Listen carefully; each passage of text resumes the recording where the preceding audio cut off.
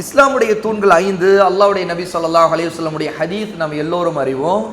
புனியல் இஸ்லாமு அலா ஹம்ஸின் ஷஹாதத்தி அல்லா இலாஹ இல்லல்லாஹ் வ அன்ன முஹம்மதர் ரசூலுல்லாஹ் வ இகாமிஸ் ஸலாத்தி வ ஈதாஇஸ் ஸகாத்தி வ ஹஜ்ஜில் பைத்தி வ ஸௌமி ரமதான். இஸ்லாம் 5 மீது கட்டப்பட்டிருக்கிறது. முதலாவது, வணக்கத்திற்குரியவன் அல்லாஹ்வை தவிர யாரும் இல்லை, முஹம்மது ஸல்லல்லாஹு அலைஹி வஸல்லம் அல்லாஹ்வுடைய ரசூல் என்று சாட்சி சொல்வது. இரண்டாவது, தொழுகையை நிலைநாட்டுவது. மூன்றாவது, ஜக்காத் வழங்குவது. நான்காவது, இந்த ஹதீஸின்படி இதனுடைய ரிவாயத்தில் அல்லாஹ்வின் இல்லம் காபாவை ஹஜ் செய்வது. ஐந்தாவது, ரமதான் மாதத்தில் நோன்பு நோன்பது. அப்துல்லா இப்னு உமர் ரலியல்லாஹு அன்ஹு அறிவிக்கூடிய இந்த ஹதீஸ் புகாரியில் 8வது ஹதீஸாக, முஸ்லீமில் 16வது ஹதீஸாக இடம்பெறும். இந்த பாடம் ஷேக் முஹம்மது பின் அப்துல் வஹாப் அல் வசாபி அல் யமனி ரஹிமஹுல்லா இதை இஸ்லாமுடைய அர்கான்கிற தலைப்பிற்குள்ளே கொண்டு வராங்க. ருக்குன் அப்படிங்கிற வார்த்தையுடைய ப்ளூரல் பன்மை தான் அர்கான். ருக்குன் என்று சொன்னால் நம்பகமான பலமிக்க ஒரு பொருளுடைய அம்சம். ஒரு ருக்குன் என்று சொன்ன தூண், நம்ம தமிழில் சொல்லுவோம் தூண், பில்லர். அர்கான் பில்லர்ஸ், தூண்கள். அப்போ ரொம்ப நம்புவதற்குரிய பலமான ஒரு பொருளுடைய அடிப்படையைத்தான் சொல்லப்படும். அப்போ இஸ்லாமுடைய பலமான அடிப்படை, அதாவது தூண், ருக்குன் என்ன அப்படிங்கிறது தான் இந்த ஹதீஸில். அது 5 விஷயங்கள், அடிப்படைகள். அதாவது இது இல்லாமல் இஸ்லாம் நிற்காது. இந்த ருக்குன்கள் இல்லாமல் இஸ்லாம் நிலை பெறாது. ஒருத்தருடைய வாழ்க்கையில் இஸ்லாம் அழிஞ்சிரும் இதில் இல்லாமல் போச்சுன்னா. இப்போ அந்த அடிப்படையில் இமாம் இப்னு ரஜப் ரஹிமஹுல்லாஹ் அவங்களுடைய ஒரு செய்தியை இங்கே நம்ம படிக்கிறோம்.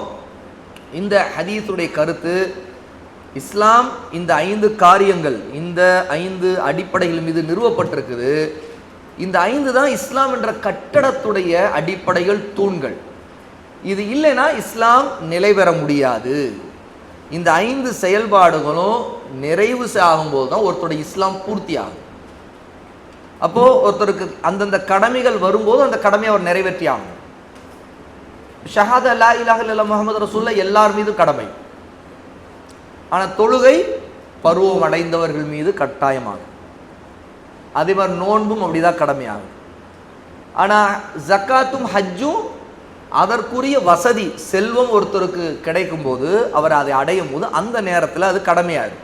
அப்போ இந்தந்த நேரத்து கடமைகளை ஒருத்தர் அதை முழுமையாக நிறைவு செய்யும் போது இஸ்லாமுடைய கடமைகளை அவர் நிறைவு செய்தவர்களாக ஆகுவார் அப்படிங்கிறத தெரிஞ்சுக்கணும். அப்போ இந்த அடிப்படைகளை ஒருவர் ஏற்றுக்கொள்ளும் போது இஸ்லாமை ஏற்றுக்கொண்டவராக மாறுறாரு. அவரை முஸ்லீம் என்று சொல்லுவார். இதற்கு அடுத்த நிலை ஈமான். அப்போ அது இன்னும் உயர்ந்தது. ஈமான் என்பது அதற்கான வரைவிலக்கணம், டெஃபினிஷன் இருக்கு. பொதுவாக மொழி ரீதியாக அரபிக் லாங்குவேஜ் படி ஈமான் அப்படின்னு சொன்னால் ஒன்றை உண்மை என்று உண்மைப்படுத்துறது, நம்புவது, அதுதான் ஈமான். ஒன்றை அது உண்மைதான் அப்படின்னு நம்பிக்கை கொள்றது இருக்குல்ல, அதை ஈமான்னு மொழி ரீதியாக சொல்லுவோம். ஆனால் இது வெறும் உண்மை நம்புறதை மட்டும் குறிக்காது. ஷரியத்தில் ஈமான் என்பது வெறும் நம்பிக்கை மட்டுமல்ல. ஈமான் என்பது உள்ளத்தால் உண்மைப்படுத்தி நம்பிக்கை கொண்டு அதை நாவினால் சொல்ல வேண்டும். அவதான் ஒருத்தர் அல்லாஹ்வை நம்பிக்கை கொண்டதை, நான் அல்லாஹ்வை உண்மையானவன், அவன் தான் இறைவன் நம்புகிறேன்னு சொல்றதுனால அவர் ஈமான் கொண்டவராயிர மாட்டார். அவர் அந்த நம்பிக்கையோடு அல்லாஹ் மட்டும்தான் வணக்கத்திற்குரிய இறைவன்கிறத சாட்சி சொல்லணும். அவர் ஷஹாதா நாவினால் சொல்ல வேண்டும். அதாவது அவர் பிரகடனப்படுத்த வேண்டும். அவரால் சொல்ல முடியாத விதிவிலக்கு நிலை இருந்தால் தான் மன்னிக்கப்படும், அவர் மீது குற்றமாகாது. ஊமை எப்படி சொல்லுவார்? சொல்ல முடியாது இல்லையா? அப்போ ஊமையா இருக்கக்கூடியவர் சொல்ல முடியாமல் இருக்கலாம். ஆனால் சொல்ல முடிந்தவர், நாக்கு உள்ளவர், பேச தெரிந்தவர், அப்போ அந்த ஈமானை அவர் சொல்லணும். வணக்கத்திற்குரியவன் அல்லாஹ்வை தவிர வேறு யாரும் இல்லை. அப்போ லா இலாஹ இல்லல்லாஹ் சொல்லணும். அப்போ லா இலாஹ இல்லல்லாஹ் சொல்லும்போது எப்படி சொல்லுவார்? வெறும் லா இலாஹ இல்லல்லாஹ் மட்டும் சொல்லுவாரான்னு சொல்ல மாட்டார். எப்படி சொல்லணும்? எப்படி சொல்லணும்? வெறும் லா இலாஹ இல்லல்லாஹ் மட்டும் சொல்லலாமா? எப்படி அவர் சொல்லணும்? உறுதிப்படுத்துறது அஷ்ஹதுன்னு சொல்லணும். அஷ்ஹது அப்படின்னு சொன்னா நான் சாட்சி ஆகிறேன்னு அர்த்தம், நான் சாட்சி சொல்றேன்னு அர்த்தம். அப்போ நான் இந்த குறிப்பிட்ட ஈமானுக்கு, இந்த விஷயத்தை உள்ளத்தால் நான் நம்பிக்கை கொண்டிருக்கக்கூடிய ஒன்றுக்கு என் நாவை கொண்டு நான் சாட்சியும் சொல்லுகிறேன். அதாவது மற்றவங்க மறுக்கிறாங்க, ஆனால் நான் சாட்சி சொல்றேன். இதுதான் இங்க விஷயம். அப்போ அஷ்ஹதுன்னு அவர் முன் வராருன்னா மற்றவங்க யார் ஏத்துக்கிறாங்களோ இல்லையோ, யார் அது பொய்ன்னு சொல்றாங்களோ இல்லையோ, அது எனக்கு முக்கியம் இல்லை. நான் சொல்றேன் இது உண்மை, ஆகவே நானே இதற்கு சாட்சி. ஏன் இந்த கொள்கையை நான் கொண்டிருக்கிறேங்கிறதுக்கு இது என்னுடைய சொல்லே சாட்சி. இது எழுதி கொள்ளுங்கிற மாதிரி, இது எங்க வேணாலும் நான் இது சொல்லுவேங்கிற மாதிரி. அப்ப என்ன சொல்லுவாரு? அஷ்ஹது. அப்போ ஈமான் என்பதில் வெறும் நம்பிக்கை மட்டும் என்ன, அது நாவினால் சொல்வதும் அடங்குது. அதுக்கடுத்து நாவினால் சொல்லிட்டாரு. மூன்றாவது நிலை இருக்கு, உடல் உறுப்புகளால் செயல்படுவது. ஒருத்தர் நான் நம்புறேங்க, லா இலாஹ இல்லல்லாஹ் சொல்லணுமா, நான் 1000 தடவை கூட சொல்றேங்க, 4444 தடவை சொல்றேங்க, ஆனா நான் கோயிலுக்கு போவேங்க, நான் சர்ச்சுக்கு போவேங்க, எல்லாம் செய்வேங்க, அதை நீங்க எதுவும் குறுக்கிடாதீங்க அப்படின்னு சொன்னா அது ஈமானா? இல்லை, அவர் சொல்ற சாட்சிக்கு எதிரானது. அப்ப சாட்சி சொல்றதுடைய நோக்கமே லா இலாஹன்னு சொல்லும்போது எது எது உலகத்தில் வணங்கப்பட்டுக்கிட்டு இருக்குதோ அது எல்லாத்தையும் மறுக்கணும் இல்லையா? மறுக்கிற அந்த நபிங்கிற லா இலாஹ, வணங்கப்படுவது எதுவும் வணங்கப்படுவதற்கு உரியது அல்ல இல்லல்லா, அல்லாவை தவிர. அப்போ நாவினால் சொன்ன ஒன்றுக்கு செயல்ல ஒரு உண்மைப்படுத்தணுமா இல்லையா? அப்ப ஈமானில் உண்மைப்படுத்துவது முக்கியம், செயலால் அது உண்மையாகும். இந்த பக்கம் நான் லா இலாஹ இல்லல்லாஹ் முஹம்மது ரசூலுல்லாஹ் சொல்வேன், அந்த பக்கம் நான் அதையெல்லாம் செய்வேன் அப்படின்னா அது ஈமான் அல்ல. ஏன்னா ஈமானுடைய நிபந்தனைகள் அனைத்தும் பூர்த்தியாகணும். ஒருவர் தொழுகிறார், கிப்லாவை முன்னோக்கி தொழுகிறார், அவர் அறுக்கிறார், பிஸ்மில்லா அல்லாஹ் அக்பர் சொல்லி அறுக்கிறார். இப்படி செய்ததாலே அவர் முஸ்லீமா? அவர் வெளிப்படையில் பார்த்தா முஸ்லீம் நம்ம ஏத்துக்குவோம், அது மறுக்க மாட்டோம்.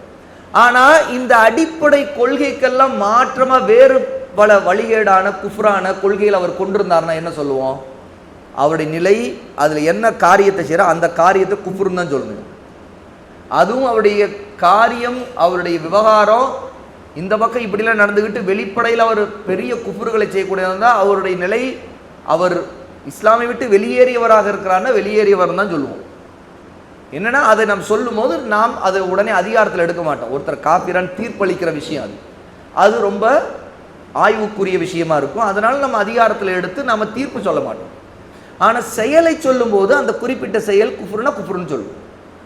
இல்லை நம்முடைய கிப்லாவை நோக்கி தொழுதவர், நாம் அறுத்ததை உண்பவர், அவர் எல்லாமே முஸ்லீம்கள் தான் ஹதீஸ் வந்திருக்குது, ஆகவே என்னதான் ராஃபிதா ஷியாவா இருந்தாலும் முஸ்லீம் தான் அப்படின்னு சொல்ல முடியும்னா சொல்ல முடியாது. ஈரானை ஆட்சி செய்யக்கூடிய ராஃபிதா ஷியாக்கள் பல தரப்பு மட்டங்கள்ல இருக்கிறாங்க. அதில் ராஃபிதாங்கிற அந்த கூட்டத்தார் மிக மோசமான காபிர்கள்.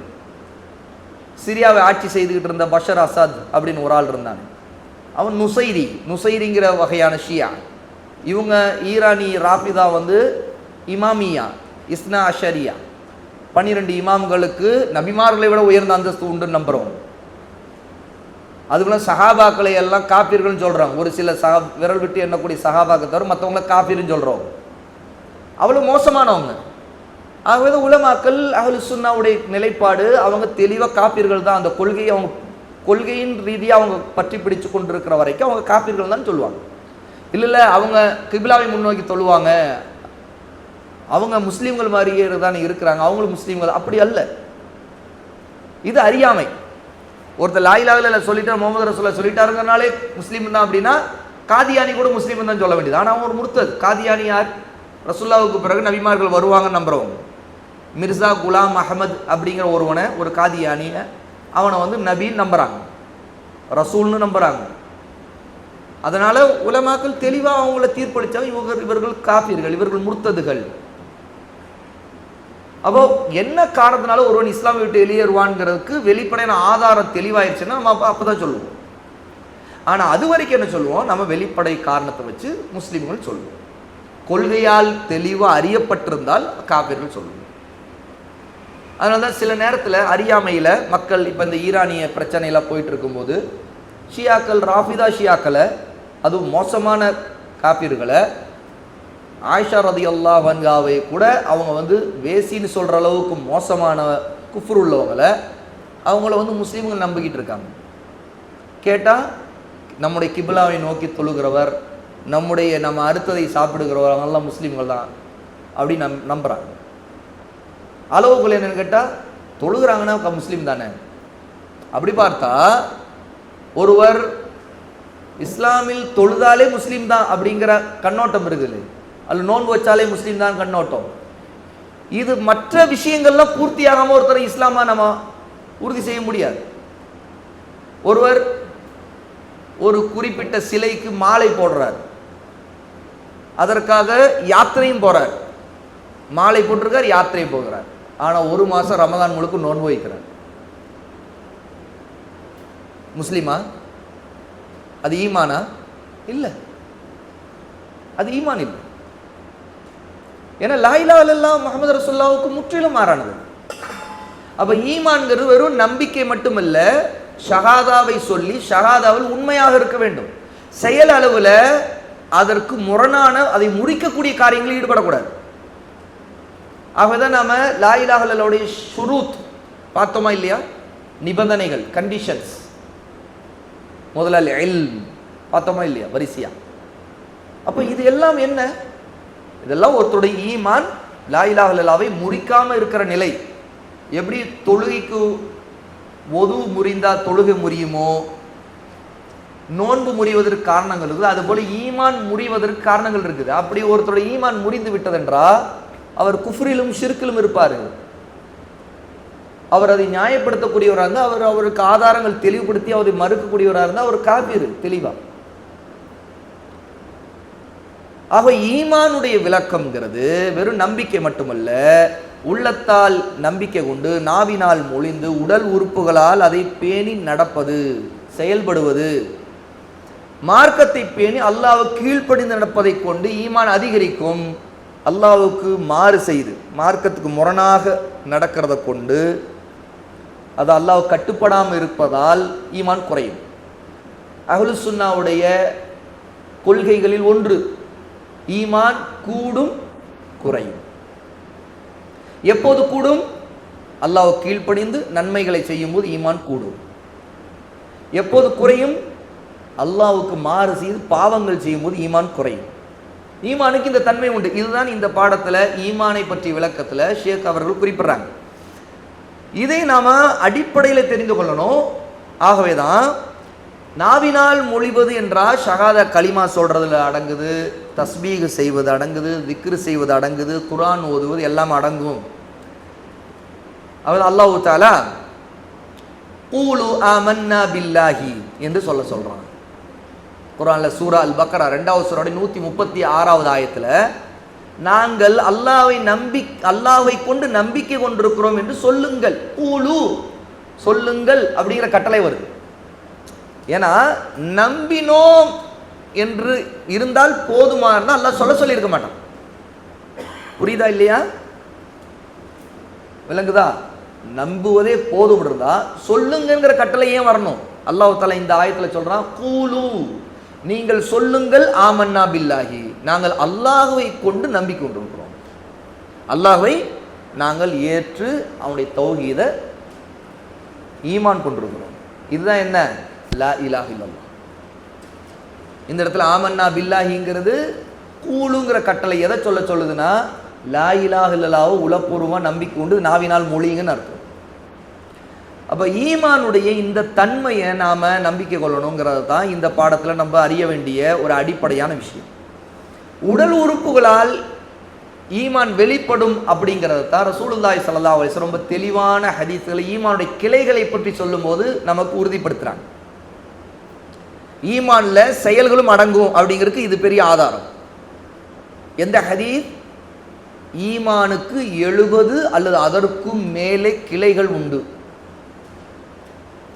இந்த ஹதீஸ் அபூ ஹுரைரா ரலியல்லாஹு அன்ஹு அறிவிக்கிறாங்க, அல் ஈமானு பிதுஉன் வ சபூன் அவ் பிதுஉன் வ சித்தூன் ஈமானுக்கு 70 அல்லது 60 அல்லது அதற்கும் மேற்பட்ட கிளைகள் உண்டு. வஅஃதலுஹா கவுலு லா இலாஹ இல்லல்லாஹ். அதில் மிக உயர்ந்தது, அஃதல் சிறந்தது, லா இலாஹ இல்லல்லாஹ்ங்கிற வார்த்தையாகும். வஅத்னாஹா அதில் கீழே இருக்கக்கூடிய கடைசியானது இமாதத்துல் அதா அனித் தரீக், பாதையில் தொல்லை தரக்கூடியவற்றை அப்புறப்படுத்துவது. இது ஈமானுடைய கிளைகள். எது கடைசியாக சொல்கிறாங்க ரசூலுல்லாஹ்? பாதையில் தொல்லை தரக்கூடியது கடைசியாக சொல்கிறாங்க. அப்போ ஈமானில் பாதையில் தொல்லை தரக்கூடிய அகற்றுவது அடங்குமா அடங்காதா? அடங்கும். அப்போ ஈமான் வெறும் நம்பிக்கை மட்டுமானா? இல்லை, அது கிளைகள் உண்டு. அதில் அந்த செயல்கள் எல்லாம் அந்த கிளைகள் தான். அப்போ பாதையில் தொல்லை தரக்கூடிய மக்களுக்கு தொல்லையாக இருக்கும். சரி, ஒரு முள் இருக்குது, எடுத்து ஓரத்தில் போடு. ஒரு கல் தட்டி மக்கள் காலை இடிச்சுக்குவாங்க. ஓ, அங்கே ஒரு வாழைப்பழ தோல் கிடக்குது, யாரோ போட்டிருக்கிறாங்க, யாரோ கால் வச்சாங்கன்னா வழுக்கி விழுந்துருவாங்க, உடனே தூக்கி அந்த பக்கம் போடு அல்லது அப்புறப்படு.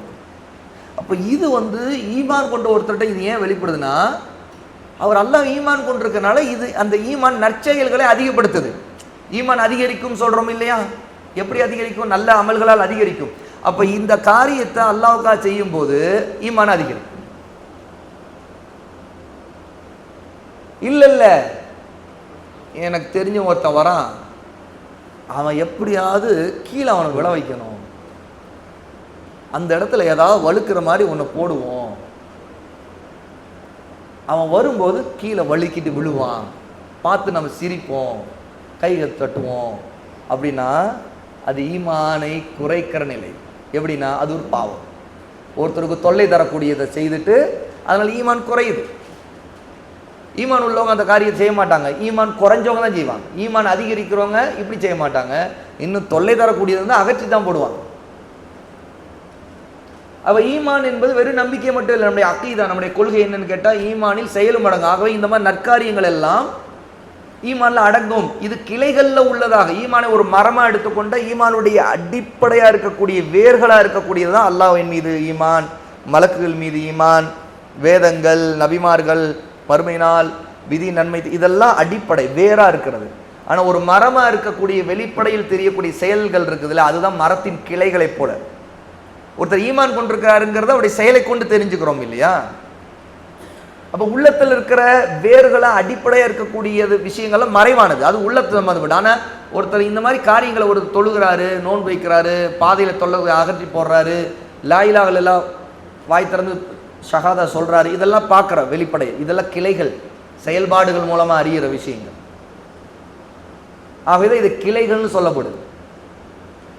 அப்போ இந்த கிளைகள் நல்ல விஷயத்துக்கு பலன் தரக்கூடியதா, அதுலேருந்து கிடைக்கிற கனிகள் இருக்குல்ல, அந்த கிளைகள் மூலமாக அந்த மரத்தில் கிடைக்கிற கனிகள், அதுதான் நல்ல அமல்கள், கூலி, அல்லாட்ட கிடைக்கிற கூலி. அது பாதையில் தொல்லை தர கூட ஒருத்தர் அகற்றி போட்டார், அல்லாட்ட கூலி கிடைக்குது, அதுதான் கனி. ஈமானுக்கு ஈமானால் கிடைக்கிற கனி, அது ஃப்ரூட்,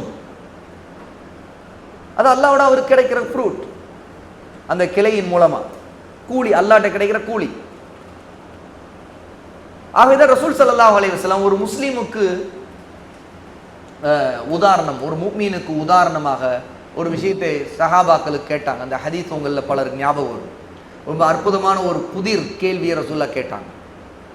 ஒரு மரம் உண்டு, அது ஒரு முஃமினுக்கு உதாரணம், அது எல்லா காலங்களிலும் கனி கொடுக்கும், அந்த மரம் எது? அதோடைய இலைகள் உதிராது அப்படின்னாங்க ரசூலுல்லாஹ். எப்போதும் இலைகள் உதிராது, கனிகள் வருஷம் முழுக்க கொடுக்கும், ஒரு முஃமினுக்கு உதாரணம், என்ன மரம் என்ன மரம்ன்ட்டு சஹாபாக்கள் யோசிச்சுக்கிட்டே இருக்கிறாங்க. அவங்க எல்லாரும் அறிஞ்ச ஒரு மரத்தை மறந்துட்டாங்க, விட்டுட்டாங்க. வேற ஏதோ ஒரு நாட்டு மரத்தை ரசூலுல்லாஹ் சொல்கிறாங்களோ, எங்கேயோ ஒரு காட்டில் ஏதோ ஒரு மரம் இருக்குது போல தெரியுது, அது வருஷம் முழுக்க கனி கொடுக்குதான், இலைய உதிராதாமே, அந்த மரம் எது? ஏதோ நாட்டு மரங்கள் ஏதோ ஒன்று சொல்கிறாங்களோ அப்படின்னு சஹாபாக்கள் எல்லாரும் யோசிச்சுட்டு இருந்தாங்க. சிலர் சொன்னாங்க அதெல்லாம் இல்லை. அப்புறம் ரசூலுல்லாஹ் பதில் சொன்னாங்க, அதை பேரிச்ச மரம் அப்படின்னு. அட பேரிச்ச மரம் தானே? ஆமாம், அது கனி கொடுக்குது, இலைகள் உதிராது, அதுதான். ரசூலுல்லாஹ் முஃமினுக்கு உதாரணம் சொல்லும் போது அவங்க வேறு ஏதோ ஒரு, நம்ம எப்பவுமே ஒரு சில நேரத்தில் கேள்வி நம்ம கேட்டால் நல்லா தெரிஞ்ச விஷயத்துக்கு நமக்கு ஞாபகம் வராது. அது நாம் அதை இல்லைன்னு கூட நினச்சிக்குவோம். வேறு ஏதோ சொல்கிறாங்க, அது இருக்காது, இது இருக்காது, இது இருக்கும், விடுகதை, அது நாம் இன்னமோ யோசிச்சுட்டு இருப்போம். கடைசி பார்த்து நான் இதுதானா, என்னங்க இது தெரிஞ்சா தெரியாம பதில் தெரியலையாம போயிடுச்சு, இதுதானா கேட்டாங்க அப்படின்னு நினைக்கிறேன். அந்த மாதிரி சஹாபாக்கள் பலரும் யோசிச்சுட்டு இருக்கும்போது ரசூல்லா இதைத்தான் சொன்னார். ஏன் அது முஃமினுக்கு உதாரணம்? கனி கொடுக்கிறது எல்லா காலத்திலும். ஏன்னா ஒரு முஃமினுடைய அமல்கள் அவருடைய ஈமானை கொண்டு அவருக்கு எப்பவுமே அது நன்மையாக மாறிவிடும். எல்லாமே அவருக்கு நன்மையாக மாறும். அதான் கனி. ரசூலுல்லாஹ் அந்த ஈமானை இங்கே மரமாக உதாரணம் சொல்கிறாங்க. ஒரு முஃமினுடைய உதாரணமாகவே ஆக்கிடுறாங்க. ஒரு முஃமினுடைய உதாரணம் ஒரு மரத்தை போல, பேரிச்ச மரத்தை போல. கனி கொடுக்கிறது தான் ஈமான் அதிகரிக்கிற நிலை. நன்மையான காரியங்கள் ஒரு ஒரு முஃமினுடைய வாழ்க்கையில் நடந்துக்கிட்டே இருக்கணும். பாவமானது இருக்கக்கூடாது, நன்மைகள் அதிகரிச்சுக்கிட்டே இருக்கணும், பலன்கள் கிடைச்சிக்கிட்டே இருக்கணும், அறுவடை ஆகிட்டே இருக்கணும், கொத்து கொத்தா கனி விளைஞ்சிக்கிட்டே இருக்கணும். இதை ரசூல் ஸல்லல்லாஹு அலைஹி வஸல்லம் முஃமினுக்கு சொல்றாங்க. அப்போ ஈமானுடைய இந்த ஹதீஸ் இது ஒரு மிகப்பெரிய ஆதாரம். ஈமான் என்பது வெறும் நம்பிக்கை மட்டுமில்லை, நம்முடைய அகீதா. ஈமான்ங்கிறது உள்ளத்தால் உண்மைப்படுத்தி நாவினால் மொழிந்து உடல் உறுப்புகளால் செயல்படுதல். அந்த உடல் உறுப்புகளால் செயல்படுவதை தான் ஈமானுடைய கிளைகளாக இந்த ஹதீஸில் நம்ம பார்க்குறோம். சஹீஹ் முஸ்லீமில் 35வது ஹதீஸாக இடம்பெறுது, புகாரியில் இடம்பெறுது. நிறைய பிரபலமாக நம்ம அறிந்த ஹதீஸ் இது. அப்போ இந்த தன்மையில் ஈமானை புரிந்து கொண்டு தான் நாம் ஈமானுடைய 6 அடிப்படைகளை பற்றி பிடிக்கிறோம். ஈமானுடைய 6 ருக்குன், அர்கான். அதாவது அது இல்லாமல் ஈமான் இல்லைங்கிறது. அதுதான் அல்லாஹ்வின் மீது நம்பிக்கை கொள்வது, மலக்குகள் மீது, வேதங்கள் மீது, ரசூல்மார்கள் மீது, மறுமை நாள் மீது, விதியின் நன்மை தீமை. இதைத்தான் ரசூல் ஸல்லல்லாஹு அலைஹி வஸல்லம் ஹதீஸ்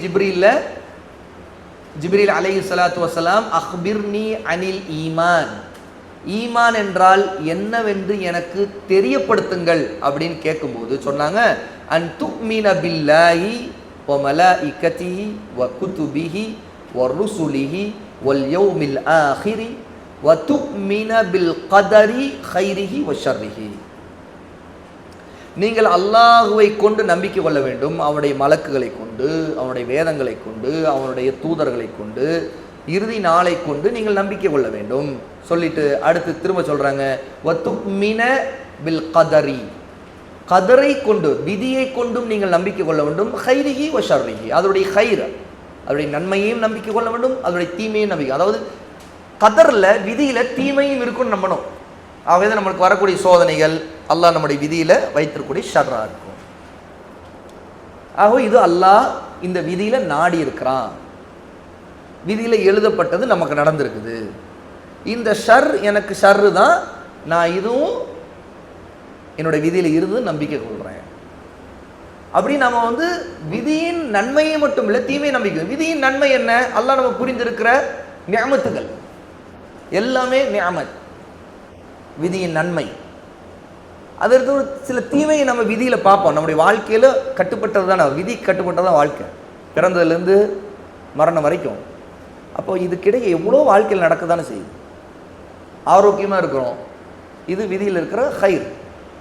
ஒரு உடம்பு முடியாமல் போயிடுது, திடீர்னு ஒருத்தர் வயிற்று வலிக்குது, திடீர்னு தலைவலிக்குது, திடீர்னு வாந்தி வருது, இது ஷர். அப்போ விதியில் அல்லாஹ் தஆலா ஒருத்தருடைய வாழ்க்கையில் ஒரு சில காலங்களை வச்சிருக்கிறான். அந்த ஷர்ரை அவர் எதிர்கொள்வார். அதே மாதிரி ஒரு பெண் மாதந்தோறும் அவருக்கு வரக்கூடிய மாதவிலக்கு, அதில் ஒரு கயிறு இருக்கலாம், இன்னொரு பக்கம் அது ஒரு இடையூறு, அது ஒரு உடல் ரீதியான உபாதை, ஒரு சில நேரத்தில் வலி, இதெல்லாம் ஷர். அப்போ அல்லாஹ் தஆலா விதியில் வச்சிருக்கிறான், அது நடக்கும். அப்போது அதே மாதிரி தான் ஒரு பெண் அவங்களுக்கு குழந்தை பிறக்குது அப்படின்னா என்ன? அது ஒரு பிரசவ காலம், அதில் உள்ள எல்லா துன்பங்களையும் அவங்க அனுபவிப்பாங்க. சோதனைகள், வலி, தூக்கம் இல்லாமை, நினைத்தது சாப்பிட முடியாமல் இருக்கிறது, வாந்திகள், ஒரு அசௌகரியமான சூழல், குழந்தை பிறக்கும்போது எதிர்கொள்ளக்கூடிய வேதனைகள், ஷர். ஆனால் விதியில் இருக்கிற ஷர்ரை நாம் பொருந்தி கொள்ளும் போது அல்லாஹ்விடம் அது ஹைராக மாறிடும், அது அல்லாஹ்வோட கூலி கொடுக்கப்படும். அதான் ஈமானுடைய பெரிய பலன். அவதான் ஒரு முஃமினுடைய நிலையை ரசூலுல்லாஹ் என்ன சொல்றாங்க? அஜபல் முஃமின், முஃமினுடைய நிலை எப்பவுமே ஆச்சரியமாக இருக்கின்றது. அவருடைய எல்லா அம்ருன்னு என்ன காரியங்கள், எல்லா காரியங்களும் ஹைராக ஆகி விடுகிறது. விதியில ஷர் இருக்கும், ஆனா ஒரு முஃமினுக்கு அது ஹைராக மாறும். எப்படி? ரசூலுல்லாஹ் சொல்றாங்க, அவருக்கு அல்லாஹ் ஏதாவது ஒரு நன்மையை புரிந்தால் அவர் அல்லாஹ்வுக்கு ஷுக்ர் செய்கிறார், நன்றி செலுத்துகிறார். அது என்ன ஆகிறது? அது அவருக்கு நன்மையாக மாறிவிடுது. ஏன்னா ஷுக்ர், நன்றி செலுத்துறாரு இல்லையா? அவருக்கு ஏதோ ஒரு முசீபா, துன்பம், ஷர், அது அவருக்கு ஒரு துன்பம் வரும்போது அவர் சப்ர் கடைபிடிக்கிறார், பொறுமை காக்கிறார். என்ன நடக்கிறது? அதுவும் அவருக்கு நன்மையா மாறிடுது. ஏன்னா பொறுமை காக்கிறார் இல்லையா? அதுவும் அவருக்கு நன்மையா மாறிவிடுகிறது. ஆகவே அஜபல் முஃமின், முஃமினுடைய நிலை ஆச்சரியமாக இருக்கிறது. அவருடைய விஷயத்தில் தான் எல்லாமே நன்மையாகும். இப்போ முஃமின் ரசூலுல்லாஹ் ஏன் உதாரணம் சொல்றாங்க? அது ஈமானுடைய உயர்ந்த தரம், ஈமானுடைய உயர்ந்த தரம். சில இடத்துல முஸ்லீமா ஒருத்தர் இருப்பாரு, ஆனா முஸ்லீமா இருப்பாரு. எப்ப முஸ்லீமா இருப்பாரு? அவர் நன்றி செலுத்துற வரைக்கும் முஸ்லீமா இருப்பார். துன்பம் வந்தா ஒப்பாரி வைக்க ஆரம்பிச்சுடுவார். ஐயோ அப்படி இப்படிம்பாரு. அப்புறம் ஒரு ஏதாவது தனக்கு வந்த சோதனை புலம்பி தள்ளுவார். பொறுமை இருக்காது. தனக்கு பிடிச்சமானோ இறந்துட்டாரு, ஐயோ போயிட்டீங்களே போயிட்டீங்களே, இப்படி இருந்தீங்களே அப்படியும் ஒப்பாரிப்பார். தலையில் அடிச்சுக்குவார். போயிட்டியா போயிட்டியே போய் இடிச்சுக்குவார். ஒரு சோகத்தில் போய் இடிச்சுக்குவார். போயிட்டியே போயிட்டியே போயிட்டி, ஐயோ போயிடுச்சு போயிடுச்சு, நான் எவ்வளோக்கு எதிர்பார்த்துட்டு இருந்தேன் இந்த பிஸ்னஸ் நல்லா நடக்கும்னு, போச்சு எல்லாம் போச்சு, அவ்வளோதான், நான் இனி வாழ்ந்து பிரயோசனம் இல்லை, நான் சாவறேன் அப்படிம்பார். அப்போ என்ன? இவரை காஃபின்னு சொல்ல மாட்டோம், ஆனால் என்ன சொல்லுவோன்னா இவர் முஸ்லீம் தான், முஃமின் இல்லை. இவருடைய தரஜா ரொம்ப மட்ட ரகமான தரஜா. இவர் அல்லாஹ்வுடைய விதியை பொருந்தி கொள்கிறவர் அல்ல. ஒப்பாரி வைக்கிறது, சட்டையை கிழிச்சுக்கிறது, மாரில் அடிச்சுக்கிறது, சரியா? இதெல்லாம் அவ்வளோதான். ஒருத்தர் கடன் தற்கொலை பண்ணிக்கிறார், தற்கொலை பண்ணிக்கிட்டாருங்க, அதனால அவரை காஃபிர்னு சொல்லுவோம். ஆனால் காஃபிர் இல்லை, அவர் முஸ்லீம் தான், ஆனால் முஃமின் நிலை இல்லை. ஏன்னா அவருக்கு பொறுமை இல்லை, சப்ர் இல்லை. அப்ப ஈமானுடைய பாடங்கள், அகீதாவுடைய பாடங்கள் முதல்ல நம்முடைய உள்ளத்தையும் நம்முடைய வாழ்க்கையும் மாற்றக்கூடியது. இது நம்ம அறியாவிட்டா நம்ம எப்போ முஃமினா இருக்கிறோன்னே நமக்கு தெரியாது, எப்போ முஸ்லீமா இருக்கிறோன்னு கூட தெரியாது சில நேரத்தில். ஆகவேதான் ஒரு முஃமினுடைய நிலை எல்லாமே ஒரு ஹைராயிரும். பாருங்க, ஈமான்ல விதியில் ஷர் உண்டு, ஆனா ஒரு முஃமினுக்கு அது ஹைராக மாறிடும். ஏன்னா அவர் காட்டக்கூடிய சப்ரின் காரணமா அவர் அல்லாஹ்வோட சப்ர் செய்வார். என் ரப்பு எனக்கு என்னுடைய விதியில வைத்திருக்கிறான், இது நாடி இருக்குது, கதருல்லாஹி மா ஷாஅ ஃபஅல் அப்படிம்பார். இதுதான் முஃமினுடைய நிலை. முஃமினான பெண் என்ன சோதனை வரட்டும், முஃமினான ஆண் அவருக்கு என்ன சோதனை வரட்டும், அவர் எதுலையும் உடைஞ்சி வீழ்ந்துட மாட்டார். சந்தோஷத்துல சுக்குர் பண்ணி சந்தோஷப்படுவார், சோகமான நேரத்தில் சபரை கொண்டு அதை எதிர்கொண்டுருவார், அதுலேயும் அதை விட்டு வெளியேறுவார். ஏன்? அவரை பொறுத்த வரைக்கும் அவருக்கு என்ன வந்தாலும் அவர் வாயிலிருந்து இதுதான் வரும், இன்னா லில்லாஹி வ இன்னா இலைஹி ராஜிஊன், கதருல்லாஹி மா ஷா ஃபஅல், லெட்ஸ் கோ, அப்படி கிராஸ் பண்ணிட்டு போயிட்டே இருக்கும்.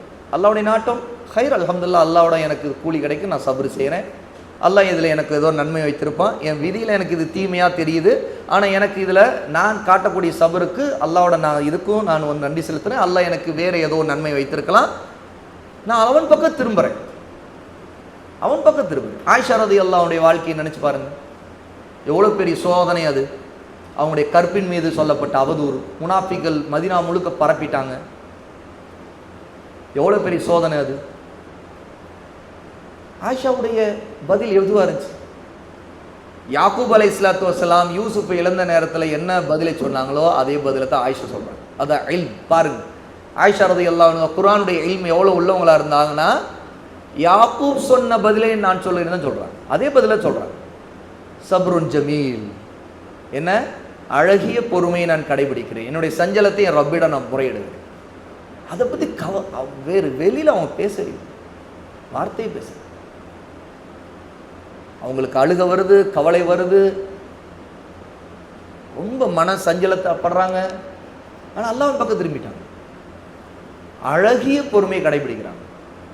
அதுக்கு தான் அல்லாஹ் கொடுத்த வெகுமதி அவங்களுடைய கற்பின் அந்தஸ்தை அல்லாஹ் தஆலா பரிசுத்தத்தை உயர்த்தி அதை உண்மைன்னு அல்லாஹ் தஆலா மறுமை நாள் வரைக்கும் நிலையான செய்தியாக குர்ஆன்ல சூரத்து நூறுல ஆயத்தை இறக்கிட்டார்.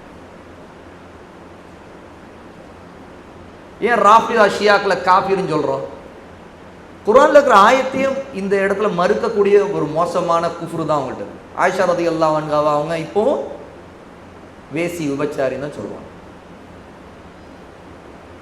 இப்போ செத்தானே அவனுக்கு முன்னாடி இருந்தவன் 1979 இஸ்லாமிய குடியரசுங்கிற பேரில் குஃப்ரின் குடியரசை உருவாக்கிய ஷியா குடியரசு, ராஃபிதா ஷியா குடியரசு உருவாக்கிய கொமைனி அந்த சொன்னான், நாங்கள் ஒரு நாள் மக்கா மதினாவை கைப்பற்றுவோம். அப்போ அபூபக்கர் உமருடைய உடல்களை தூக்கி நாங்கள் தொங்க விடுவோம், ஆயிஷாவுடைய உடம்பை கபரை தோண்டி வெளியே வீசுவோம் அப்படின்னு சொன்னாங்க. ஆதாரங்கள் இருக்கு. அவ்வளோ மோசமான குஃப்ர் உள்ளவங்க தான். அந்த எழுதிய புத்தகம் பிக்கு புத்தகமே இருக்குது. அதில் பன்றிகளோட நாய்களோட ஒப்பிட்டு தான் ஆயிஷாவை எழுதியிருக்கிறாங்க. குஃபர் வெளிப்படையாக காஃபிர்கள்னா ஏன் உலமாக்கள் அஹ்லு சுன்னா சலஃபி உலமாக்கள் தெளிவாக தீர்ப்பளிக்கிறாங்க அப்படின்னா ஆதாரங்கள் மூலமாக ராஃபிதா ஷியாக்களுடைய மோசமான குஃபர்கள் இன்னும் கணக்கில் அடங்காது, அவ்வளோ இருக்குது. அவங்க நம்பக்கூடிய இமாம்களுக்கு அவங்க நபிமாரை விட அவங்க உயர்ந்தவங்க நம்புறாங்க. மஅசூம் நம்புறாங்க. மஅசூம்னா எந்த பாவமற்றவர்கள், எந்த பிழைமற்றவர்கள் நம்புறாங்க. கொள்கை அறிவு இல்லைன்னா அபுஜகல் கூட ஹீரோ தான். இன்னைக்கு அமெரிக்கா எதிர்த்தா போதும், அபுஜகல் அமெரிக்கா எதிர்த்தா அபுஜகல் கூட அவன் செத்தான ஷஹீத் தான் இங்கே சொல்லுவாங்க. ஏன்னா அவ்வளோ ஜாகில்கள் வாழக்கூடிய நாட்டில் காலத்தில் நம்ம வாழ்ந்துட்டு உலகம் முழுக்க முஸ்லீம்களுக்கு என்ன அகீதா அறிவு இருக்கு, தௌஹீதுடைய அறிவு எவ்வளோ இருக்கு, அற்பத்தில் அற்பம். அபுஜகல் அமெரிக்காவுக்கும் யகூதிகளுக்கும் எதிராக போர் புரிஞ்சான்னு வைங்க, அவனுக்கு வேற ஏதோ ஒரு பிரச்சனைக்கு போர் புரிஞ்சானா கூட அபுஜகலுடைய போட்டோ இருந்துச்சுன்னா அந்த போட்டோவை எடுத்துட்டு ஸ்டேட்டஸ்ல வச்சுக்குவாங்க நம்ம மக்கள். ஷஹீதுன்னு போட்டுருவாங்க, செத்தானா ஷஹீதுன்னு போடுவாங்க, ஷஹீத் அபு ஜஹல் அப்படின்னு போட்டுருவாங்க. அவுது பில்லாஹி மின் தாலிக். இதுதான் இன்னைக்கு முஸ்லிம்களுடைய அகீதாவுடைய ஆக மோசமான கேவலத்திலும் கேவலமான கடும் கேவலமும் கொடூரமும் கொண்ட நிலை. பிதஅத்வாதிகள் ராஃபிதா ஷியாக்கள் பரப்பி விட்டு அவங்கள ஹீரோவாக்குறதுக்கு தான் அவனுங்க இந்த மாதிரி எல்லா சதிகளுக்கு பின்னாடி வேலை செய்துட்டு இருக்காங்க. அப்போ ஈமான்ல கதிரை பற்றி ஈமான் நம்முடைய அடிப்படையா இருக்குது. பாருங்க, அதுல தீமையும் இருக்குது, நாம ஈமான் கொள்ளணும். அந்த தீமை அல்லாஹ் தஆலா கதிரில் வைத்திருக்கிறான், அது நடந்துச்சு. ஆனா அது அந்த தீமை கூட நமக்கு நன்மையா மாறும். அப்ப அது உண்மையான நல்ல ஈமானாக சபரை கொண்டு வெளிப்படும் போது அது நல்லதாக, அது நமக்கு ஆச்சரியமான ஒரு மூமியினுடைய தன்மையாக நம்மை உயர்த்திவிடும். அப்ப இந்த 6 அடிப்படையிலே ஒருவர் ஈமான் கொள்வது, அதை உறுதியாக நம்பிக்கை கொள்வது கட்டாயம். இதுல ஒருத்தர் ஒன்றை மறுத்தால் கூட காஃபிர் ஆயிடுவார். சஹாபாக்கள் வாழும் போதே கதிரை மறுக்கிறவங்க வந்துட்டாங்க, கத்ரியாக்கள் அந்த கூட்டத்திற்கு பேர். அந்த கத்ரியாக்களுடைய வாதம் எதுவா இருந்துச்சுன்னா, கத்ரு என்று ஒன்று இல்லை. கதிர்னா என்ன? அல்லாஹ் ஒன்றை நாடி அவன் படைச்சு அதுக்கு பிறகுதான் ஒன்று நடக்குதுங்கிறதான. சஹாபாக்கள் காலத்திலேயே, அதாவது ரசூலுல்லாஹி மரணத்துக்கு பிறகு அப்துல்லாஹ் இப்னு உமர் ரலியல்லாஹு அன்ஹு இருக்கும்போது கதிரை மறுக்கிறவங்க என்ன தெரியுமா சொன்னாங்க? நடக்கிறது எல்லாமே அது நடந்த பிறகு அல்லாஹ் அறிவான் அப்படின்னா, அதுக்கு முன்னாடி அல்லாஹ்வுக்கு தெரியாது அப்படின்னா, அது அல்லாஹ் படைக்கிறது இல்லை அப்படின்னா. அப்போ அவங்க என்ன செய்துட்டாங்க? கதிரை மறுத்துட்டாங்க, கதிர்னு ஒன்று இல்லைங்கண்ணா. இப்போ அவங்க யாரு? கத்ரியாக்கள், காபீர்கள். ரசூலுல்லாஹ்வுடைய முன்னறிப்பே இருக்கு. அவங்க இந்த உம்மத்துடைய மஜூசிகள் ரசூலுல்லாஹ் சொன்ன ஹதீஸ் இருக்கு, சஹீஹான ஹதீஸ். மஜூசிகள் நெருப்பு வணங்கிகள். நெருப்பு வணங்கிகள் அவங்க இருளையும் ஒளியையும் 2 கடவுள்களா நம்புறவங்க நெருப்பு வணங்கிகள். ஏன் நெருப்பு வணங்குறாங்க? அவங்க நெருப்பை வணங்குறதுக்கு காரணமே அது ஒரு கடவுள். அந்த கடவுளை வணங்கினாதான் இருள் இன்னொரு கடவுள் இருக்குது, அந்த கடவுள்கிட்ட இருந்து நம்ம தப்பிக்க முடியும்னு நினைச்சாங்க. நாம ஒளிய வணங்கல் அப்படின்னா இருட்டின் கடவுளால் நாம் தண்டிக்கப்படுவோம் நம்பினாங்க. அவங்கள பொறுத்தவரை 2 கடவுள் உண்டுங்கிற நம்பிக்கை மஜூசிகள்கிட்ட. அந்த மஜூசிகளுடைய வித்து தான் ஈரான்காரவங்க, பாரசீகம், பெர்ஷியா. ஈரான் என்ன, அதான் பெர்ஷியா. ஒரு காலத்தில் மஜூசிகள் பாரசீகத்துடைய மிகப்பெரிய ஆட்சியாளர்கள். ரசூலுல்லாஹ்வுடைய காலத்தில் 2 பெரிய அரசாட்சிகள் தான் இருந்துச்சு, சாம்ராஜ்யம். ஒன்று ரோம சாம்ராஜ்யம், இத்தாலிய தலைமையகமாக கொண்ட, ரோமை தலைமையாக கொண்ட கிறிஸ்தவர்களுடைய சாம்ராஜ்யம். இன்னொன்று மஜூசிகள், ஜொராஸ்ட்ரியர் கொள்கைகள் கொண்டு மஜூசிகளாக இருந்த பெர்ஷியன் பாரசீக சாம்ராஜ்யம், அதுதான் ஈரான். அந்த சாம்ராஜ்யத்திலிருந்து வந்தவங்க, அவங்களுடைய சாம்ராஜ்யம் அழிஞ்சு போனதுக்கு காரணம் இஸ்லாம் தான். குறிப்பா அஹ்லு சுன்னா தான். அஹ்லு சுன்னா என்ன, சுன்னி முஸ்லிம்கள். சுன்னி முஸ்லிம்களால் அந்த சாம்ராஜ்யம் அழிஞ்சிருச்சு. எப்படி அழிஞ்சிச்சு? சஹாபாக்களால் தான் அழிஞ்சிச்சு. சஹாபாக்கள், தாபியங்கள், தபோ தாபியங்களால் தான் அழிஞ்சிச்சு. அந்த ரோம பாரசீக சாம்ராஜ்யமா அழிஞ்சிருச்சு. எல்லாம் முஸ்லீம் ஆயிட்டாங்க, எல்லாம் சுன்னி முஸ்லீம். இதற்கு எதிராக யூதருடைய சதியோடு வேலையில் இறங்கிய ஒரு வழிகட்ட ராபிதா கூட்டம் தான் ஷியாக்கள். அந்த பாரம்பரியத்திலிருந்து வர்றவங்க, தாங்க இழந்த அரசாட்சியை, அந்த மிகப்பெரிய சாம்ராஜ்யத்தை திரும்ப நிலைநாட்டுவதற்கு வேலை செய்யறவங்க தான் ஈரான்ல இருக்கிறவங்க ராபிதா ஷியாக்கள். அவங்க எப்பவுமே சுன்னி முஸ்லிம்களை தங்களுடைய பழைய சாம்ராஜ்யத்தை அழிச்சவங்களா தான் பார்ப்பாங்க. இந்த வரலாறு தெரியாதவன் தான் ஈரானை புரியாதவனா இருப்பான். எப்படி யகூதிகள் அகண்ட இஸ்ரேல, அகண்ட யூத சாம்ராஜ்யத்தை உருவாக்குறதுக்கு வேலை செய்துட்டு இருக்கிறாங்களோ, அதுபோல பாரசீகர் சாம்ராஜ்யத்தை உருவாக்கக்கூடிய ஒரு அகண்ட ஷியா அரசை உருவாக்குறதுக்கு வேலை செய்யறவங்க யாருன்னு கேட்டா இன்னைக்கு இருக்கிற ராபிதா கூட்டம். அவங்க ஏற்கனவே கொஞ்சம் வேலையை செய்து அதுக்கான ஒரு அஸ்திவாரத்தை போட்டு தான் வச்சிருந்தாங்க. அது இப்ப சமீப காலத்தில் உடஞ்சி சிதறிச்சு, சிரியாவில் சிதறிச்சு. அதோடைய பாதிப்பு இன்னும் இருந்துகிட்டு தான் இருக்கு. அவங்க அதை சிதறடிக்கிறதுக்கு தான் ஒவ்வொரு முஸ்லிம் சுன்னி நாடுகள் எல்லாத்தையும் நாசமாக்குற வேலையை தொடர்ந்து செய்துக்கிட்டே இருந்தாங்க, செய்துக்கிட்டு இருக்கிறாங்க. லெபனான்லையும், யமன்லையும், சிரியாவிலும், ஈராக்லையும், எல்லா இடங்களையும் கொத்து கொத்தா சுன்னி முஸ்லிம்கள் கொல்லப்பட்டதுக்கு காரணம் இந்த சாம்ராஜ்யம் விரிவுபடுத்த தான். அதுல சிரியாவில் அவங்க ஒரு நீண்ட கால சாம்ராஜ்யத்தை நடத்திக்கிட்டு இருந்தாங்க. நுசைரி ஷியா, யாரு, பஷர் அசாதுன்னு துரத்தப்பட்டானே, அவனுடைய சாம்ராஜ்யம். அவனுக்கு உதவி செய்துவிட்டு அங்க இருக்க சிரியாவில் இருக்கிற ஏராளமான சுன்னி முஸ்லிம்கள், லட்சக்கணக்கான முஸ்லிம் கொன்று குவித்தவன் தான் இப்ப செத்தானே அவன். அவனுடைய சப்போர்ட்ல அவன் தான் அதுக்கான எல்லா வேலையும், அவன் தான் பெரிய ஹெட்டு. அவனுடைய வேலைப்பாட்டில் தான் நுசைரி ஷியாவா இருக்கக்கூடிய சிரியாவின் ஆட்சியாளர் அந்த பஷர் அசாதும், இன்னும் வேறு இடங்கள்ல இருக்கக்கூடிய ஹவுதிகள்லாம் இருக்காங்கல்ல, நீங்க எல்லாம் கேள்விப்படுறீங்களே, எல்லாம் ஹிஸ்புல்லா, இந்த மாதிரி எல்லா ஷியா கூட்டங்களும் அந்தந்த நாட்டில் பெரிய கலகங்களை முஸ்லிம் சுன்னி ஆட்சியாளருக்கு எதிராக வேலை செய்துட்டு இருக்கிறாங்க. அதுல பெரிய வேலையை கண்டினியூவா அப்பப்ப செய்து தோல்வி அடைஞ்சாங்க. சவுதியில ஹரம கைப்பற்றக்கு எவ்வளோ சதி வேலைகள் பண்ணாங்க. அது எல்லாம் வீழ்த்தப்பட்டு கொண்டே இருந்துச்சு. எப்பவுமே அவங்களுடைய பாரசீக சாம்ராஜ்யத்தை உருவாக்குவதற்கு எப்பவுமே இமாம் இப்னு தைமியா ரஹிமஹுல்லாஹ் சொல்றது என்னன்னு கேட்டா, ஷியா ராபிதாக்கள் யகூதிகளுடைய கழுதைகளாக இருப்பார்கள் அப்படின்னு. ராபிதத்து ஹமீருல் யகூத் அப்படிங்கிறாங்க இமாம் இப்னு தைமியா மின்ஹாஜு சுன்னாங்கிற அவங்களுடைய கிதாபு. ராபிதா ஷியாக்கள் யகூதிகளின் கழுதைகள். எப்போதுமே யகூதிகளுக்கு கழுதைகளாக தான் இருந்துகிட்டு இருப்பாங்க. அவங்கள எப்போயும் நம்பக்கூடாது. ஏன்னா வரலாறு முழுக்க முஸ்லீமுடைய வரலாறுல அவங்க எந்த ஒரு நாட்டை கைப்பற்றி இஸ்லாமிய நாடாக ஆக்கினதில்லை, ஷியா நாடாக தான் ஆக்குவாங்க. இப்போ இருக்கிற ஈரான் ஒரு காலத்தில் சுன்னி நாடாக இருந்த நாடு. அந்த வரலாறுல நீங்க படிச்சு பாருங்க, அப்போ தெரியும். ஒரு காலத்தில் அது அஹ்லு சுன்னாவுடைய நாடு. நிறைய இமாம்கள், அஹ்லு சுன்னா இமாம்கள் அங்கே வந்திருக்கிறாங்க. ஆனால் இன்று அஹ்லு சுன்னாவுக்கு என்ன அவங்களுடைய தலைமை நகரத்தில் ஒரு பள்ளிவாசல் அஹ்லு சுன்னாவுடைய பள்ளி இல்லை. அந்த அளவுக்கு அவங்களுடைய நாட்டை மாற்றுற அளவுக்கு அவங்க ஆட்சியை கைப்பற்றிருக்காங்க. இன்னைக்கும் நிறைய அஹ்லு சுன்னா சலஃபி உலமாக்கள் அங்கே கடுமையான நெருக்கடி தான் இருக்கிறாங்க.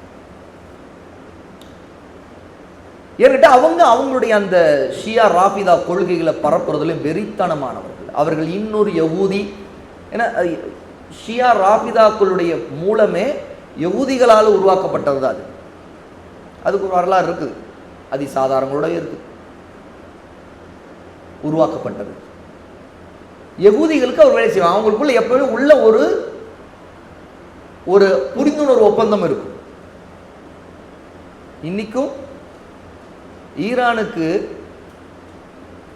தூதரகம் யகூதி தேசத்தில் இருக்கு. என்ன தூதரகம், கன்சுலேட் ஆபீஸ் சொல்லுவாங்கல்ல, தூதரகம் இருக்கு. சும்மா அதெல்லாம் நடிப்பு பாசாங்குத்தனமாக இருந்துகிட்டு இருக்கும். ஆனா பாதிப்பு எல்லாமே சுன்னி முஸ்லீம்களுக்கு இருக்கும், அவங்களுக்கு இருக்காது. பாருங்க, இப்ப கூட அந்த போர் நடந்துகிட்டு இருக்கிறதெல்லாம் பாருங்க, தாக்குதல் எல்லாம் முஸ்லீம் நாடுகளை சுன்னி நாடுகளை தாக்கிக்கிட்டே இருப்பாங்க. எல்லா ஷைத்தாவலையும் ராபிதாக்கள் சுன்னி நாடுகளுக்கு எதிராக, அந்த ஆட்சியாளருக்கு எதிராக செய்துகிட்டே தான் இருப்பாங்க.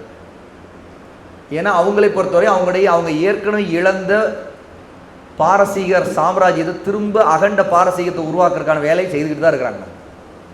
அதில் அவங்க முதல்ல ஈரான்லேருந்து அது தொடங்கி ஈரானை முழுக்க இடத்துல கட்டுப்பாட்டு கொண்டு வந்துட்டு இப்போ அடுத்தடுத்து கட்டுப்பாடு கொண்டு வரதுக்கு அவங்க அணு ஆயுத சக்தியோடு வேலை செய்யறதுக்கு முயற்சி பண்ணுறாங்க. அதெல்லாம் யகூதிகளுக்கும் நசாராக்களுக்கும் மத்தியில் அவங்களுக்குள்ள எப்பவுமே காப்பீர்கள் தானே. இவங்க எல்லாருமே ஒரே ஒன்று வெளிப்படை காப்பீர்கள், இன்னொன்று உள்ளறுப்பு காரிகள், அவ்வளோதான் வித்தியாசம்.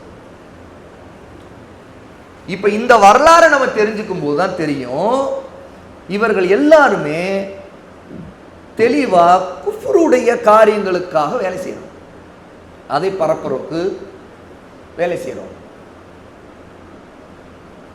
ஒருவருக்கு அகீதாவுடைய அறிவு இருந்தால் மட்டும் பிரிச்சு அறிய முடியுது. இல்லைன்னா நான் அரசியல் காரணத்துக்காக சப்போர்ட் பண்றேன், எதுக்கு சப்போர்ட் பண்றதுக்கு நீங்க என்ன பண்றதுக்கு என்ன பண்ண போறீங்க? சரி, என்ன சப்போர்ட் பண்ண போறீங்க? போர் புரிய போறீங்களா? கூட இருந்து ஜிஹாத் செய்ய போறீங்களா? அது நடக்க போறது இல்லை. ஏன்னு கேட்டால் அவன் பண்ணிட்டு இருக்கிறதெல்லாம் முஸ்லீம் நாடுகள், முஸ்லீமுக்கு எதிராக தான் ஆயுதம் வீசிட்டு இருக்கான், குண்டு வீசிட்டு இருக்கான்.